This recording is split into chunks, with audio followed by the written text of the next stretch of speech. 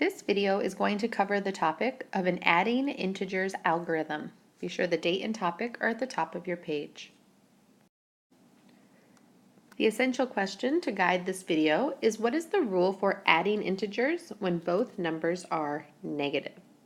And we've seen a couple models that help us when we're adding positive and negative numbers. We've talked about a chip model and we've talked about a number line model. They're great, and I think that they are great tools for us to know, but I also think they become impractical when we want to add larger values. For example, if we wanted to do negative 65 plus 99, I don't think I would want to make all of the chips for that or draw a really large number line for that. So in this video, we're going to use some smaller, friendlier numbers to see if we can find a pattern that will help us find a rule.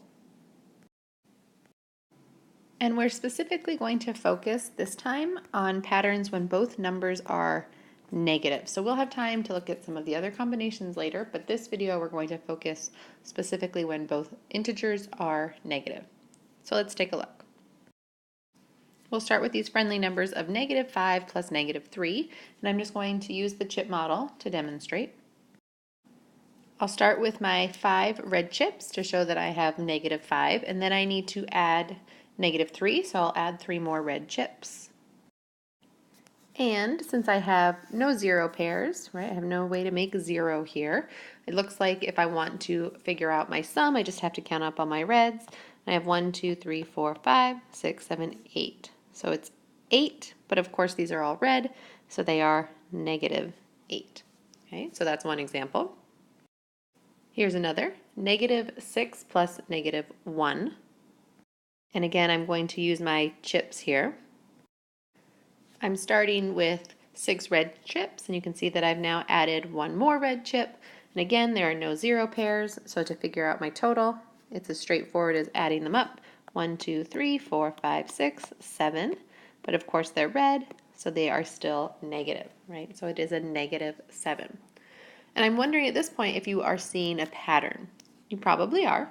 But I always like to have 3 examples at least before I decide on what my pattern is. So I'm going to turn the page and do 1 more. Still keeping some small values here. I have negative 3 plus a negative 2. So I'll use my chips one more time. And once again, I have a negative 3, so I have 3 red. I'm adding 2 more red. There are still no more zero pairs. So if I add up the total, I have 5, but they are red, so they are staying negative. So negative 3 plus negative 2 is negative 5. At this point, hopefully we're starting to see a pattern. I'm going to draw a box on our page, and I want you to do the same. And I want you to take a moment to record in the box what you noticed. And I'm interested to read what it is that you wrote here for yourself tomorrow. So just kind of think about, we've seen 3 examples of numbers that are both negative being added together with chips. Did you notice a pattern that you could use as a way to start a rule that could help you decide how to add 2 negative numbers? So go ahead and fill that in.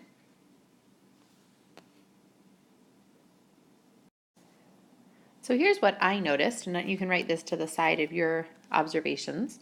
I noticed that in all of these examples, the chips were the same color, right? So in negative 3 plus negative 2, I had 3 red chips and 2 red chips. There were no zero pairs.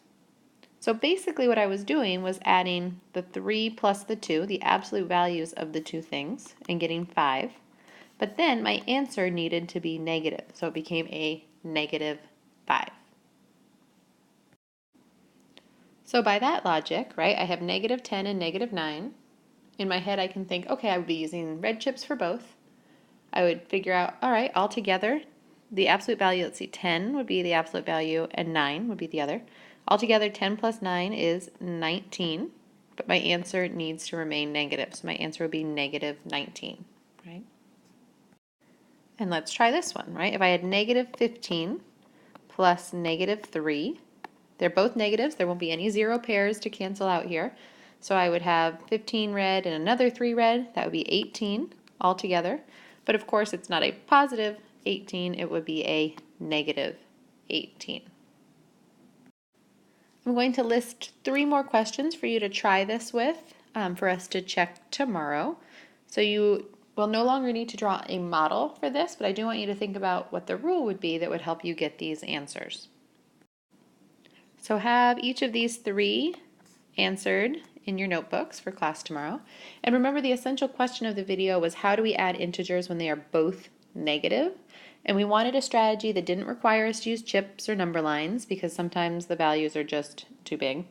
So now we can see that if the numbers are both negative, we can basically add like we normally do. We just have to ensure that we keep our answer negative as well. Bring your notes, bring your answers, and bring any questions you might have to class tomorrow.